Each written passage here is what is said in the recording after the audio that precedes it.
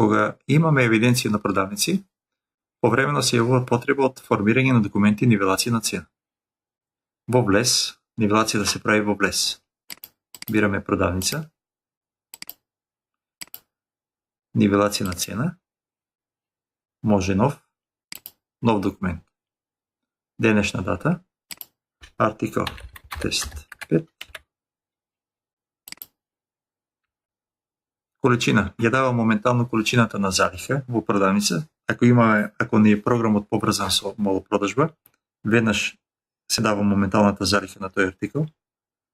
Ако не го сменуваме директно, например 10, се дава стара цена и у исто време истата цена и по нова цена. Значи, ако сакаме промена, си правиме промена. Еве, 25 денари. Значи, од 20-25. Имаме позитивна разлика 50 денари за 10 броја. 5 по 10, 50. 25 минус 25 по 10, 50.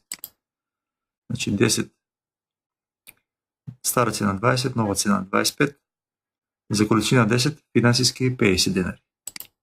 Можеме и процентуално да менуваме, например, ако ставиме 10%, добиваме нова цена 18 денари. На надолу, минус 20. Ако кликнеме на полата, се прави полата во која се изразени доноците. Ова цена се уште не е спроведена во, значи овде ја дефиниравме, за да ја спроведеме во материјално, за да се продава од овој момент по 18 денари, треба да кликнеме смени цени во материјал. Сега нема тоа да го кликнем, бидејќи ќе не се смени цената од 20, значи кај артиклот, моментално дефинираната цена 20, ајде ќе кликнем. Смена цени во материјали, и ако одиме во артикли, веќе 18 денари. Од овој момент, овој артикл ќе се продава по 18 денари. Ќе вратам на 20. Доколку имаме поврзани продавници. Еве, P1, P2, P3 и така натаму.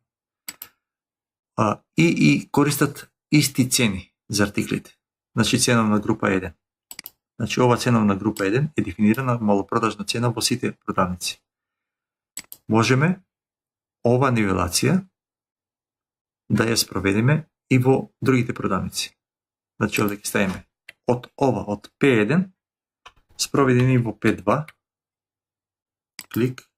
Еве се спроведува во P2, моментално количина е 0. Ако имаше количина, ќе се пишеше количината, например 5 и веќе ќе се добиеше вредност. 4. Значи, ова е пример за рачно внесување на нивелација. Следна варијанта на нивелација е кога имаме прием. Еве го приемот што го направивме, што е претходно направен. Значи, артиклот првиот има 20 денари, предвидена малопродажна цена, вториот има 200 денари. При внесување на приемот, одлучуваме дека овој ќе ни се продава по 22 денари, овој по место 200 ставиме речно 180. Ако вака ја оставиме документот, ќе имаме полата од друга вредност од предвидената. Односно, имаме ситуација да имаме прием на нови артикли, ја менуваме цената од предвидената а имаме претходно залиха од овие артикли, што значи треба да спроведеме нивелација за прием по основ на различни цени од постоечките, за да ни се сложи целата математика. Затоа можеме овде да кликнеме спроведи корекција на цени по основ на прием по различни цени од постоечките. Со клик во приемот, автоматски се формира нов документ нивелација на цена за тие артикли, се земат моменталните количини од залиха од продавница, старата цена предвидена и ова е новата цена. Сега може да кликнеме смени цени во материјали, овие цени ќе се сменат овде во ценовна група 1 и ќе бидат од моментот важечки цени за молопродажба. Полата. И еве ни ги коригираните вредности и можеме да си отпечатиме документот. Уште еден начин за формирање на нивелација на цена е кога имаме малопродажба. Во малопродажба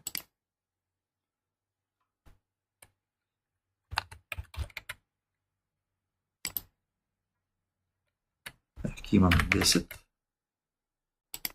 Меѓутоа овие 10 нема да ги продадеме по регуларната цена, туку ќе ставиме попуст. Сега, значи, имаме продажба по цена која е различна од регуларната цена, од предвидената цена.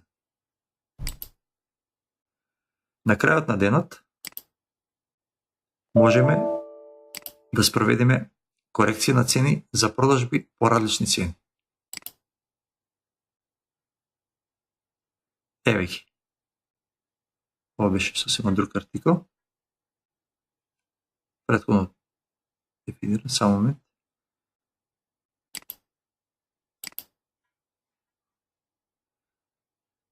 Добро. Значи, имаме стара цена, нова цена. Бидејќи продавана по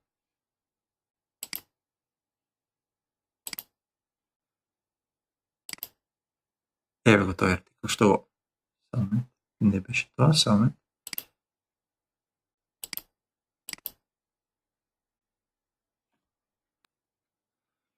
еве нивелацијата која се спроведе по основ на продажбата по различни цени.